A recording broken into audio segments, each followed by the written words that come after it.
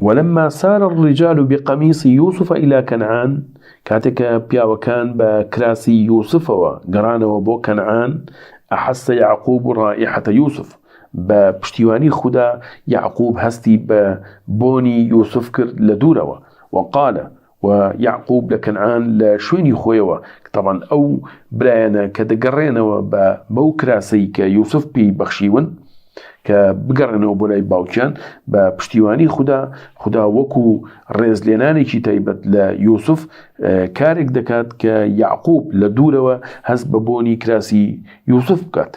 هز ببوني يوسف بكات عليه وقال إني لا أجد ريح يوسف من هز ببوني يوسف دكم يعني كاتك وقتی خوی من دال بووە یوسفی لە باوەش گرتووە یوسفی ماچ کردووە یوسفی گوشیوە بەخۆیەوە هەستی بەو بۆنە دووبارە کردوێتەوە قالوا تالله إنك لفي ضلالك القديم لو كاتدا هێشتا کوڕەکان نەگەیشتونەتەوە کەنعان کراسەکەیان نەگەیاندووەتەوە لای باوکیان ئەو بنەماڵەی یعقوب کە لەوێن پێیان وایە کە باوکیان بەهۆی خەفەتێکی زۆر و گریانێکی زۆر بۆ لە دەستدانی یوسفەوە جۆرێک لە جۆرەکان حاڵەتی تێک چووە کە پێیان وایە بەڕاستی تۆ ئێستش لە بارودۆخێکی ناتەواو دای یعنی هەستەکەین بەرامبەر بە یعقوب دەڵێن کەوا تۆ تا ئێستش لەو بارودۆخەدای کە واقعی هێشتا واقعیت قبول ناکەی کە یوسفت لەدەستدا و کۆتایی هاتووە یعنی وەکو کەسێکی سەرگەردان ئەژماریەکەن کە لە ڕابردووە بژی ولكن كان يعقوب صادقا بلان للراستيا يعقوب راسقوبو فلما أن جاء البشير كاتب مجددر جيشت لاي يعقوب ألقاه على وجهه كراسكي هلدا بو رخصاري باوكي يعني بو رخصاري يعقوب فارتد بصيرا شاوكاني قرانو يعني بينيني بو قرايو قال ألم أقل لكم أبيم نقتن إني أعلم من الله ما لا تعلمون أو من أيزان من الخداوة إيوان أيزانا قالوا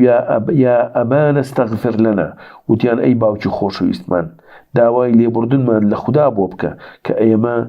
بە هەڵەما بەڵامان لەگەڵ تۆ کردووە لەلایەکەوە براکان داوای لێخۆشبوون داواکەن لە باوکیان کە داوای لێخۆشبوونیان بۆ بکە لە خوددا چونکە تاوانێکی گەورە و هەڵەیەکی گەورەیان بەرامبەر بە یوسف و باوکی کردووە لەلایەکەوە ئەوانی کەش لە بنەماڵەکەی کە پێیان وابوو باوکیان لە ڕابردووە ئەژی و وەکو سەرگەردانێک وەکو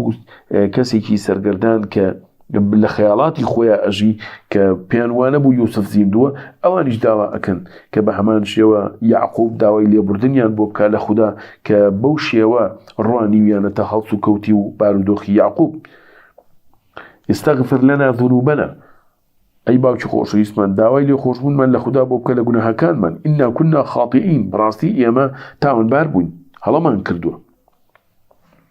یعقوبیش لەبەرەوەی لەلایەکەوە پێغەمبەرێکی میهرەبان و بەبەزەیە و باوکێکی بەڕێز و خۆشەویستیشە لێیان خۆش دەبێت دەڵێ قال سوف أستغفر لكم پاشان داوای لێخۆشبوونتان لە خوددا بۆ ئەکەم سوف أستغفر لكم ربي داوای لێخۆشبوونتان لە خودای خۆم بۆ ئەکەم إنه هو الغفور الرحيم بەڕاستی ئەو خودایە زۆر لێبوردە و زۆر بەبەزەیە ولما وصل يعقوب إلى مصر باش ئەوەی کە یعقوب گەیشت بە مصر يعني بەخۆی و بنەماڵەکەوە کۆچیان کرد لە کەنعانەوە بۆ مصر استقبله يوسف و يوسف پێشوازی لێ کرد ولا تسأل عن فرحهما وسرورهما مامۆستا عەبدولحەسەنی نەدەوی بە ئێماڵێ ئیتر مەپرسە لەو پەڕی خۆشحاڵی و شادومانیان کاتێک کە بە دیداری یەک گەیشتن وكان يوما مشهودا في مصر ئەو ڕۆژە ڕۆژێکی شایەتی بۆ دراو بوو یعنی ڕۆژێکی زۆر گرنگ بوو لە مێژووی ئەو سەردەمەی میسریەکاندا کە لە یاداوەری هەموویانە ماوەتەوە کە کەسوکاری فەرمانداری گەنجینەکانی میسر لە کەنعانەوە کۆچیان کردووە بە ماڵ و منداڵەوە گەیشتونەتەوە بە گەیشتونەتە میسر و فەرمانداری میسریش بەخۆی و دەست و پەیوەند و پاسەوان و سەربازەکانیەوە پێشوازیی گەورە و گەرم و گوڕیان لێ کردوون وكان يوما مباركا ئەو ڕۆژێکی پیرۆز بوو ورفع يوسف أبويه على العرش ويوسف باوکو دایکی لەسەر ئەو تەختی شكومندي فرمان داريا دانا ووقعوا كلهم سجة ليوسف هر همويان كرنوشي ريزو مزنايتيا بو يوسف برد وقال يوسف قتي هذا تأويل رؤياي من قبل أما ليك دانوي أو خولي منه كلمن داليا خوني كواي بيني بو ك11 كوكبا يازدا هسارو مانگو خور کرنوشیان بۆ بردووە ئێستا لە کۆتاییە کەوا گەیشتونەتەوە بە یەک کاتێک کە باوکو دایکی و براکانی هەموو کوڕنووشی ڕێز و شکۆمەندی بۆ دەبەن یوسف دەڵێ بە باوکی ئەمە لێکدانەوەی ئەو خەونەی من بوو کە لە ڕابردووە بینی بووم قد جعلها ربي حقا خدا گێڕای بە حەق یعنی خدا جۆرێک بارودۆخی هێنایە پێشەوە و ڕووداوەکانی بە ئاراستەیەکا برد کە خەونەکەی من ببێ بە واقع و بێتە دی چونکە پێشتر لە منداڵیە ئەو خەونەی بینی بوو کە بۆ باوکی گێڕایەوە کە ئەڵێ ئینی ڕەئەیت 11 كوكبا والشمس والقمر رأيتهم لي ساجدين يعني بۆ باوکی ئەگێڕێتەوە ئەڵێ کە من بینیم لە خەونمدا 11 هەسارە و خۆر و مانگ کڕنووشیان بۆ دەبردم وحمد يوسف الله حمدا طيبا كثيرا ويوسف سپاسێکی زۆری پاک و بێپایانی خدای کرد وشكر يوسف على ذلك شكرا عظيما ويوسف سپاس گزار بو سپاس گزارێکی زۆر گەورەی بۆ خوا کرد وبقي يعقوب وآل يعقوب في مصر زمنا طويلا يعقوب بنماڵی يعقوب لمصر مانەوە سەردەمێکی دوور و درێژ ومات يعقوب وزوجه في مصر ويعقوب هاوسەرەکەی لمصر کۆچی دواییان کرد بشي 25 كوتاي حسن العاقبة يعني كوتايكي باش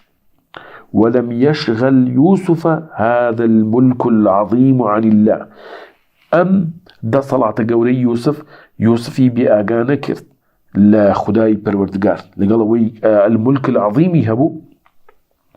يعني دا صلاتي مزني هبو بلام دا صلاة مزنة سرقاليكي وايلي نكر كخدا فراموشكاو لخداي دور بخاتو ولم يغيره ويوسفي نقوري يعني لخوي بعين أبو خوي لنا قورا وكان يوسف يذكر الله ويعبده ويخافه يوسف يادي خداي دكردو برستشو بندايتي خداي دكردو ولا خدا دا ترسى